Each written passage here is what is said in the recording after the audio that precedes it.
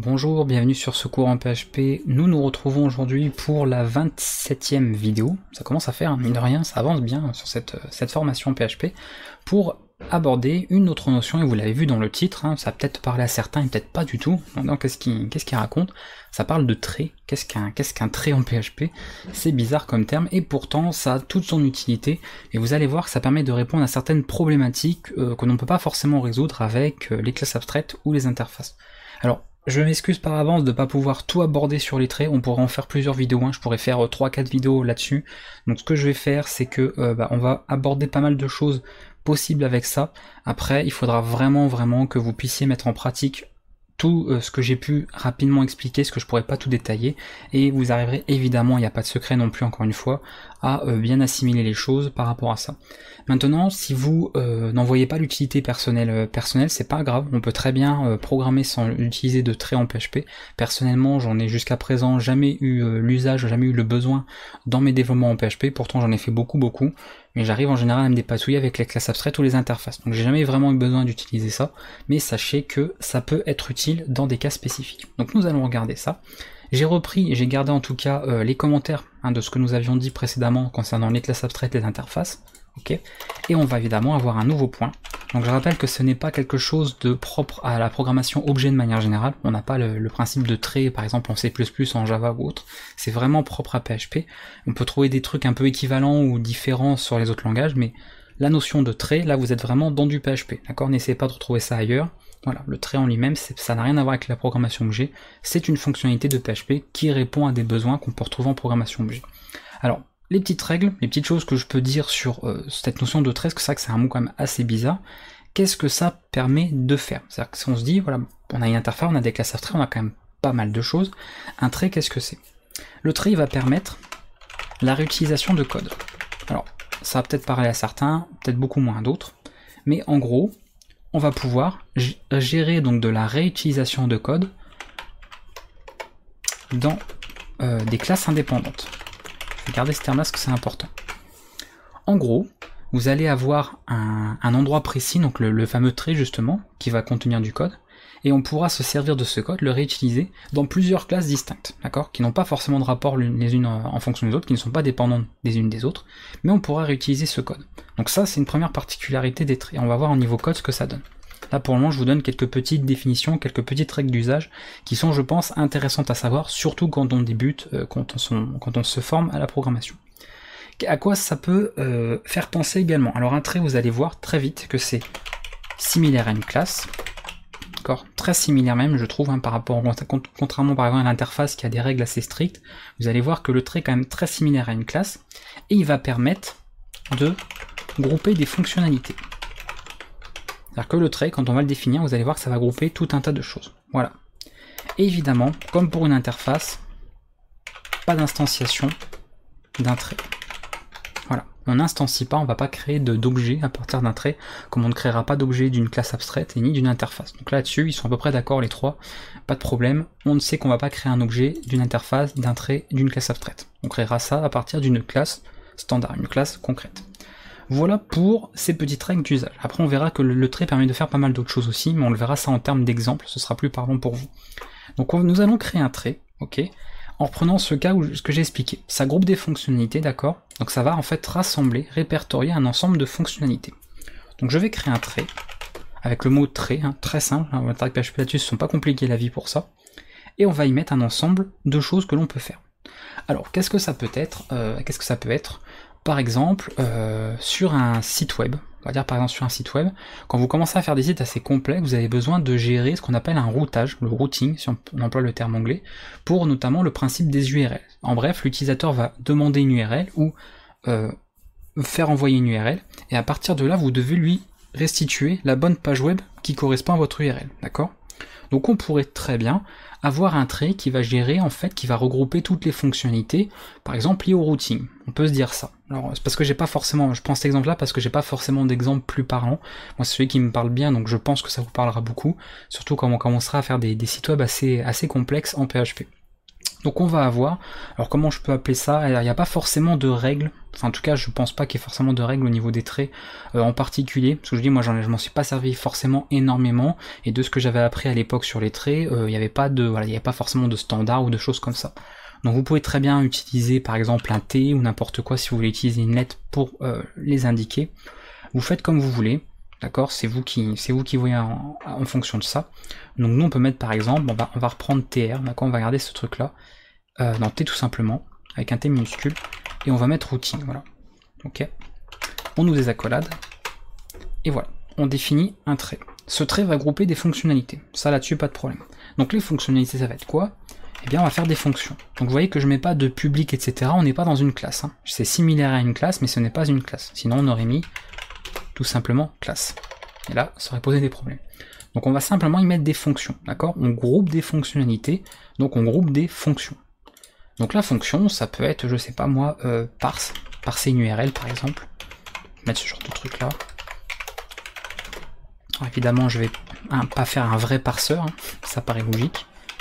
On peut avoir autre chose. Alors, je sais pas quoi moi, qu'est-ce qu'on peut avoir, get, etc. qui gère différentes choses. On va mettre get function, etc., etc. Donc on prévoit des fonctionnalités liées au routage, d'accord, au routing, ici au niveau de notre application qui serviront par la suite. Et à un moment donné, nous dans le développement de site web, pour le routage, pour le routing, on va créer des classes, d'accord, pour tout un tas de choses au niveau de notre site. Alors, j'ai pas forcément pareil ici d'exemple qui serait très parlant parce que sinon il faudrait faire voilà vraiment développer, implémenter ces choses-là. Mais on peut imaginer une classe par exemple qui va gérer les modules. Hein, je sais pas moi, genre les modules de notre site, module manager. On va dire appeler ça comme ça. Et ce module, comme toute partie du site, il utilise le principe des URL parce que pour accéder au module, vous allez passer par des URL. Vous savez qu'un site web tout fonctionne par ces URL. Hein. D'accord, donc ça, il n'y a absolument pas de problème. Donc il va avoir besoin d'utiliser, on a besoin d'utiliser les fonctionnalités du routing, donc les fonctionnalités du trait que nous avons défini. Et pour ce faire, vous allez utiliser tout simplement le mot-clé use, et vous mettez le nom du trait, avec un point virgule à la fin.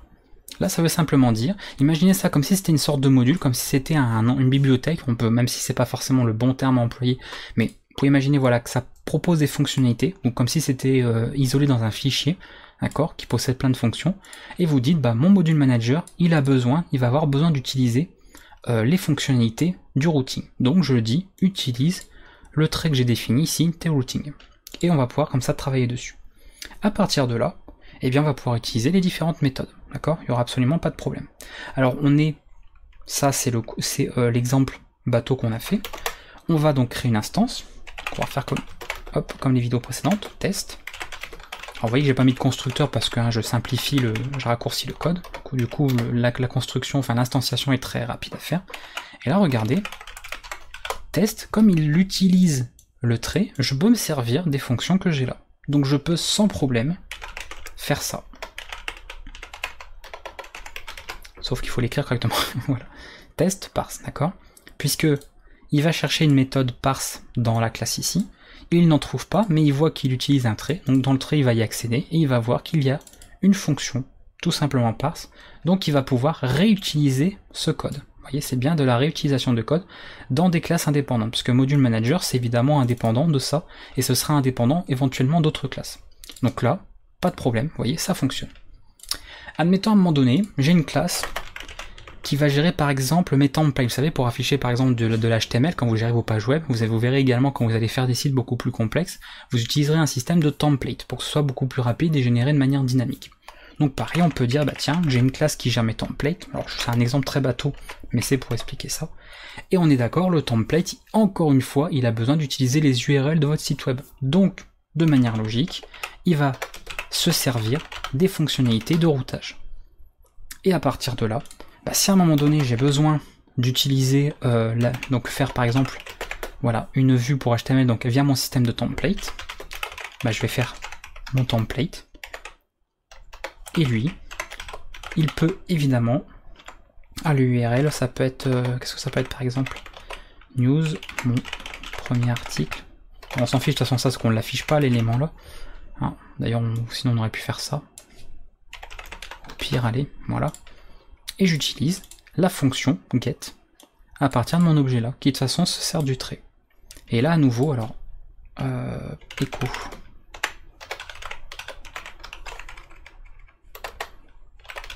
Voilà, pour éviter que ça se chevauche. Vous voyez qu'on a des classes indépendantes, d'accord? Elles sont complètement indépendantes, il y en a une qui gère quelque chose, une qui gère autre chose, mais elles sont capables d'utiliser les fonctionnalités groupées du trait, d'accord? Donc ça permet de réutiliser du code. On n'a pas besoin comme ça de se dire, bah tiens, voilà, on fait quelque chose d'autre par rapport à ça. Donc voilà le principe, d'accord? Réutilisation de code dans des classes indépendantes. Alors c'est un exemple, hein, c'est pas forcément peut-être le plus parlant, mais voici en tout cas un exemple qui vous montre un peu à quoi ça peut servir. D'accord? Ça va permettre vraiment de grouper des fonctionnalités. Alors là on a quelque chose d'assez spécifique, mais on pourrait très bien avoir un trait qui gère quelque chose d'un peu plus global. Et cette globalité, toutes ces fonctionnalités globales, et bien à chaque fois qu'on aurait une classe qui peut avoir la nécessité de se servir de ces fonctionnalités, on dira, bon, on mettra un petit use pour dire voilà, on a besoin d'utiliser ça. Donc c'est une possibilité comme ça parmi tant d'autres, encore une fois, c'est pas la seule. Après c'est pareil pour les traits, parce que c'est pas forcément là je vous avouerai une notion qui est simple au départ, autant les interfaces, les classes abstraites, on arrive très vite à assimiler à mon sens. Pour les traits, comme s'il faut des cas assez spécifiques quand même, il faut un cas concret pour le mettre en application. Tant que vous n'en serez pas arrivé là, vous n'arriverez pas forcément à voir dans quel cas ça peut être vraiment utile. C'est pour ça que je dis encore une fois, peut-être que jamais vous n'en aurez besoin, peut-être que jamais vous aurez la nécessité de vous en servir et c'est pas grave. C'est pas parce que en PHP il est possible de faire des traits qu'on est absolument obligé de s'en servir, d'accord? Si vous n'en avez jamais besoin, ben c'est pas grave du tout. Si vous pouvez vous en passer, c'est très bien. Il faut savoir qu'avant PHP 5.4, je crois, est-ce que je me sens que ça arrivait à ce moment-là, si j'ai pas de bêtises, ça n'existait pas. Donc et les mecs et les gens qui faisaient du PHP avant cette version, hein, si je me suis pas trompé, ils se débrouillaient très bien sans, ça posait aucun souci. Donc ne vous sentez pas obligé de vous servir de ça parce que ça existe. Hein. S'il fallait obligatoirement utiliser toutes les fonctionnalités d'un langage, bon, on aurait du code absolument infâme, hein, ce serait du n'importe quoi.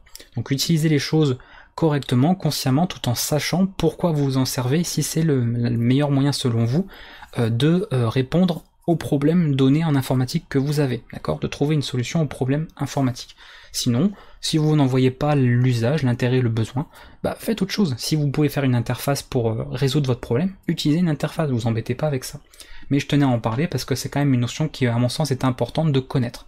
Même si on n'est pas obligé de l'utiliser, c'est bien, je trouve, en tant que développeur PHP, de se dire, voilà, je suis développeur PHP, je sais ce qu'est un trait en PHP.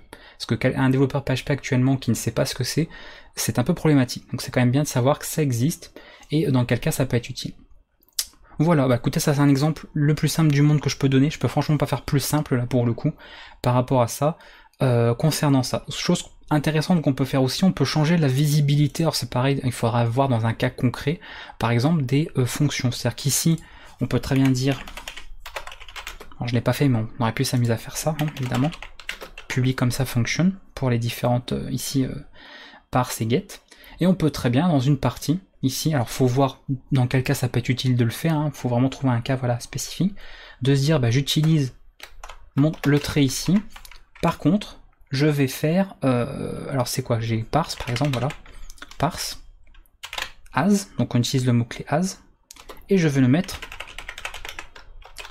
dans un autre, comment dire, dans une autre propriété de visibilité. C'est-à-dire que ce n'est plus quelque chose de public, c'est quelque chose qui passe en protected.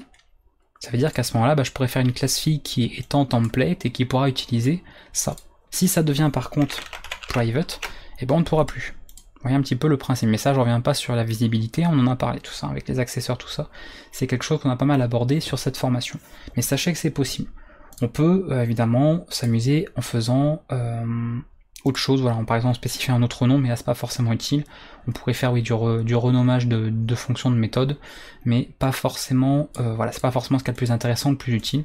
Mais en tout cas, sachez que vous pouvez faire ça. Vous pouvez changer la visibilité comme ça au niveau des méthodes ici du trait. Donc ça c'est une chose. Et on va terminer cette vidéo, parce que ça sert à rien que je passe des années dessus, encore une fois, voilà, on peut pas, à votre stade en tout cas, je peux pas forcément entrer vraiment dans les détails et tout voir dessus, parce que ça servira à rien, donc je vais vraiment me contenter de ce qu'il y a à savoir, de ce qui est important à savoir, et le reste, vous le comprendrez, vous l'assimilerez en utilisant cette notion. Il n'y a pas, encore une fois, il n'y a pas de raccourci. On est obligé de s'en servir pour vraiment voir l'utilité que ça peut avoir. Sinon, bah voilà, vous faites comme certains autres, comme moi par exemple dans mes développements actuels. Ça changera peut-être un jour, mais jusqu'à présent, avec les interfaces et classes abstraites, j'arrivais à résoudre tous les problèmes que je pouvais avoir au niveau de mes développements en PHP. Puis peut-être qu'un jour, je serai confronté à un souci où je serai obligé de me servir d'un trait pour avoir quelque chose de convenable, peut-être, donc voilà. Alors, il faut savoir que un trait, il peut évidemment en utiliser d'autres, d'accord? C'est-à-dire qu'on peut très bien, parce que vous avez compris un peu le principe, hein, c'est on fait simplement un usage de fonctionnalité, donc vous pouvez sans problème, hein, ça paraît logique, other, créer par exemple un autre trait, et dans celui-là, bah, vous dites que vous utilisez ça. Voilà. Et après, bah, vous définissez les autres choses, vos autres fonctions, etc. Ça, voilà, c'est ce que j'avais dit en début de vidéo, hein, que j'allais aller très rapidement sur des explications à la fin, parce que bah, ça sert à rien de vous donner tous les détails, hein, il faudra encore une fois faire un vrai projet pour se rendre compte de l'utilité, mais vous pouvez. Un trait peut utiliser d'autres traits sans aucun problème, ok ? Un trait, il peut faire également, si vous voulez, une référence à une classe. C'est-à-dire, ça c'est au niveau de l'utilisation, ça au niveau des déclarations ici, instantiation. Si on a par exemple une classe définie avant un trait, et on a un trait ensuite qui a un usage, on pourrait très bien à l'intérieur d'une fonction, d'accord, alors je vais mettre fonction pour changer, hein, voilà, faire référence à une classe parente, et ce serait un peu bizarre de se dire un trait qui a une classe parente, bizarre, mais on peut faire ce genre de choses, faire une référence en utilisant le fameux mot-clé parent et l'opérateur de résolution de portée. Voilà, avec le 2 et puis d'utiliser quelque chose. Par exemple, on aurait une méthode de classe très particulière, et ben voilà, on utiliserait la méthode de la classe. Etc. Donc ça c'est possible, mais pareil, à voir à l'usage, parce que bah là comme ça, avec ce que je vous mets en code, c'est pas forcément très parlant, parce que je peux pas forcément vous montrer ça dans le détail, avec le peu de code qu'il y a ici pour les exemples. Mais il faut savoir que c'est possible. Et ensuite, et ça rejoint ce qu'on avait dit, ça c'est important, par contre je vais prendre le temps un peu de l'expliquer, le fait qu'un trait soit similaire à une classe, pourquoi? Et bien tout simplement, puisque dans un trait, alors on va virer ça, ouais ça on n'en veut pas, ça je l'enlève, on va raccourcir le code, parce qu'on se retrouve à pas mal de choses, mine de rien, je vais m'enlever ça, qu'est-ce que je voulais dire? Oui, un trait, il peut sans problème contenir des variables. D'accord ? On peut lui faire des variables, ça bon, j'avais déjà expliqué de toute façon, ça pose pas de problème parce que ça fonctionne un peu comme une classe. On peut avoir des attributs, pas de souci. On peut faire également des méthodes statiques. Ok ? Pareil. Et après, bah, vous utilisez de la même manière, hein. Par exemple, quand vous êtes dans quelque chose, bah, vous faites votre. Comment dire ? Voilà, vous faites l'utilisation, d'accord ? De manière statique. Voilà, comme pour une classe, hein. Pour une classe, on peut faire des méthodes statiques. Et bien dans un trait, on peut faire des méthodes statiques aussi. Et on peut également, ça c'est aussi sympa, on peut faire des méthodes abstraites. Abstract, public, function, allez, truc, incroyable nom. Et là du coup évidemment, on n'implémente rien. Et ça obligera à toute classe qui utilise le trait, et bien évidemment, à implémenter cette fameuse méthode qui était abstraite à la base. Vous voyez un petit peu comment ça mélange un peu les notions de classe mère, d'héritage, alors qu'il n'y a pas d'extension ici, hein, on n'a pas quelque chose qui étend un trait du tout, on a juste un usage, donc ça mélange un peu, ça mêle un peu des fonctionnalités des classes, ça mêle un peu des fonctionnalités, on peut dire des simples fonctions, c'est-à-dire le fait de modulariser en fait notre code, et de grouper tout simplement, voilà. Ça c'est vraiment je pense la chose la plus importante. Il y a deux règles très importantes sur les traits, si on veut voilà ne pas se perdre, c'est qu'un trait il groupe des fonctionnalités, je pense que c'est suffisamment parlant, et il permet de réutiliser du code dans des classes indépendantes. Voilà. Je crois que c'est le plus important. Voilà. Le fait que ça s'instancie pas, etc., bon c'est des choses logiques, mais ça c'est vraiment le plus important. On groupe des fonctionnalités, et dans des classes indépendantes, on peut réutiliser ce code, parce qu'il sert à ça, on va réutiliser ce que propose le trait. Voilà. Plus ou moins des services, hein, c'est un peu ce principe-là. Voilà, et on en terminera avec ça, parce que ça sert à rien que je continue comme ça, ce que je vous dis, on aurait pu faire plein de vidéos là-dessus, avec plein d'exemples de plusieurs centaines de lignes, pour avoir vraiment des trucs très concrets, mais c'est évidemment pas forcément le thème dans un cours d'apprentissage, ça vous perdrez, vous embrouillerez plus qu'autre chose, donc n'hésitez pas à pratiquer, n'hésitez pas à mettre ça en pratique un jour dans un cas, vous forcer à utiliser un trait pour voir, voilà, pour dire, ah maintenant je comprends, je vois maintenant qu'est-ce que ça m'a permis de résoudre comme problème, cette notion en PHP. Et dites-vous qu'il y a plein de langages pour lesquels ça n'existe pas, d'accord? Les traits c'est propre à PHP, et les autres langages qui n'ont que les interfaces, les classes abstraites, voire des fois que des classes abstraites, il y en a certains qui n'ont pas d'interface, ils s'en sortent très bien. On peut très bien programmer en objet sans avoir forcément toutes ces fonctionnalités. C'est juste que PHP les a toutes et a également créé cette notion-là, donc c'est un peu plus riche à ce niveau-là, et tant mieux. Ça permet comme ça d'avoir un peu plus de choix pour les développeurs PHP, donc n'hésitez pas à vous en servir si nécessaire. On se dit à bientôt pour la suite de cette formation, j'espère que ça vous aura plu, s'il y a des questions, des remarques, n'hésitez pas à laisser des commentaires, et entraînez-vous, voilà, et mettez ça en pratique vraiment, n'hésitez pas quand ce sera le cas, parce que ça ne l'est pas au moment où je fais cette vidéo, à consulter les exercices qu'il y a et qu'il y aura en PHP, qui permettront de mettre un peu en pratique pas mal de choses, et comme ça vous pourrez voilà mettre, on va dire, vous perfectionner, vous exercer là-dessus pour bien progresser dans ce langage PHP qui, comme vous le voyez, possède tout un tas de fonctions assez intéressantes et tout un tas de choses à apprendre. À bientôt, à la prochaine pour une prochaine vidéo.